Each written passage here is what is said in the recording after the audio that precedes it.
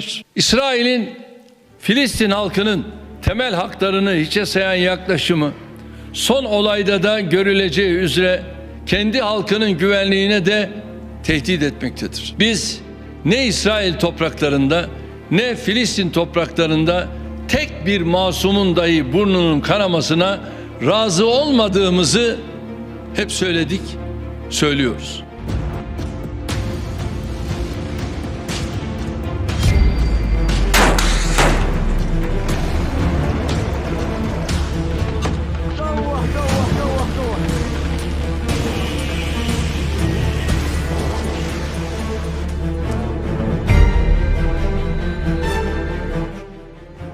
Gempuran Israel di bumi Gaza belum berhenti.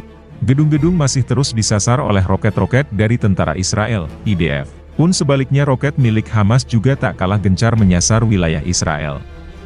Demo dan solidaritas dukungan kepada rakyat Palestina terus saja berdatangan, termasuk dari Presiden Turki Recep Tayyip Erdogan. Erdogan merupakan salah satu pemimpin di Timur Tengah yang vokal sekali menyuarakan ketidaksetujuan atas agresi Israel di tanah Palestina.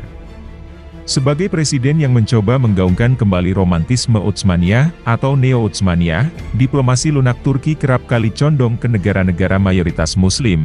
Cara tersebut dilakukan oleh Erdogan untuk menaikkan citra positifnya, khususnya sebagai leading power di Timur Tengah. Buktinya, Turki sering terlibat dalam beberapa konflik yang terjadi di Timur Tengah, mulai dari Libya, Suriah, Qatar, Lebanon, sampai Palestina. Turki ingin memaksimalkan investasinya dan menjaga pasokan minyak terjaga dengan baik. Pemerintah Israel baru-baru ini mengatakan hubungan negaranya dengan Turki tak mengalami perubahan apapun.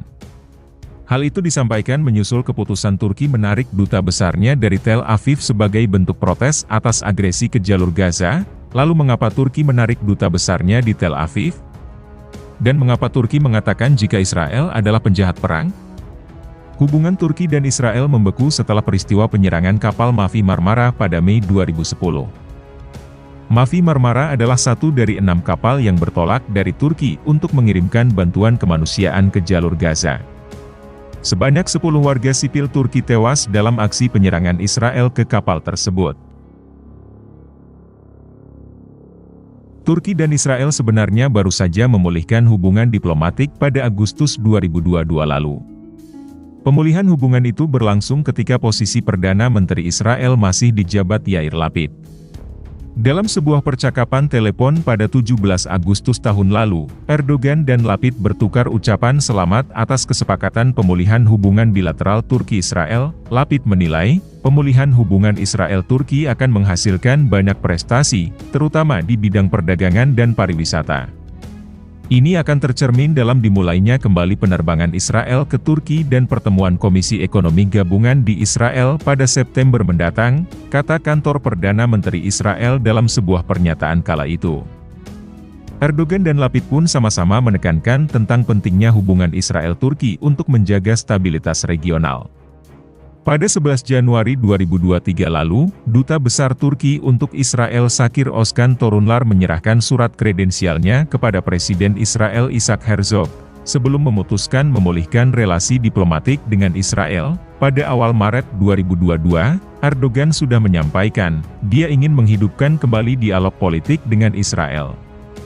Hal itu diumumkan saat Isaac Herzog melakukan kunjungan bersejarah ke Turki pada 9 Maret 2022.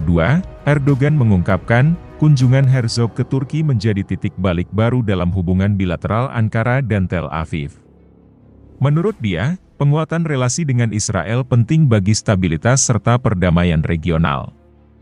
Oleh sebab itu, Erdogan menekankan kepada Herzog tentang pentingnya mereduksi ketegangan di kawasan, termasuk menjaga visi solusi dua negara terkait konflik dengan Palestina.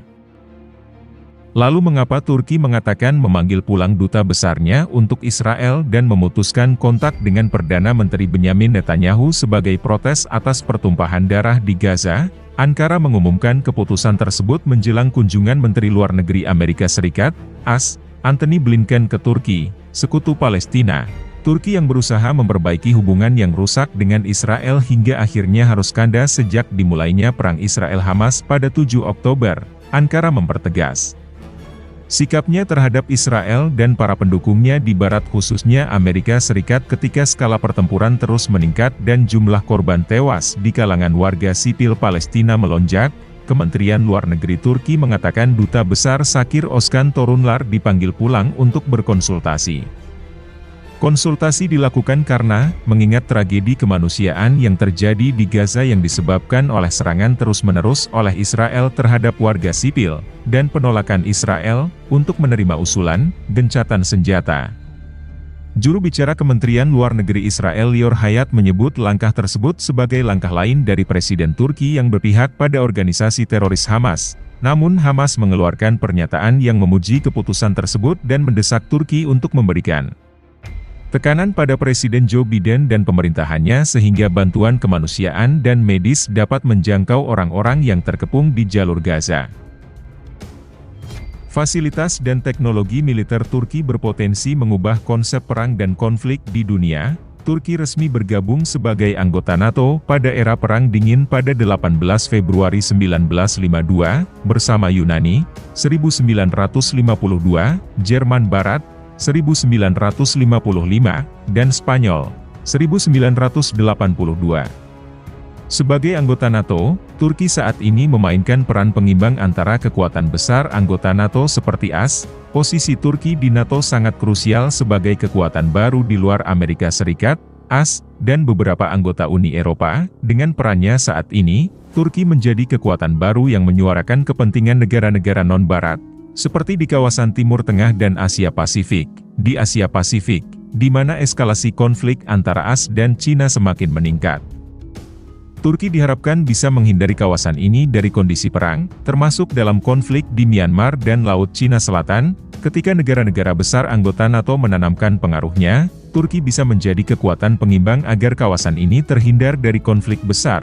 Ramdan Muhaimin, pakar hubungan internasional Universitas Al-Azhar Indonesia, mengatakan Turki di bawah pemerintah Erdogan mampu melesat dalam mempengaruhi politik global. Bahkan, kata dia, tidak hanya kekuatan politik. Turki juga kini menjadi kekuatan baru ekonomi dan militer di kawasan, melihat epicentrum ketegangan global tidak lagi berada di Eropa Timur sebagaimana era Perang Dingin, namun bergeser ke Timur Tengah. Semenanjung Korea hingga Pasifik.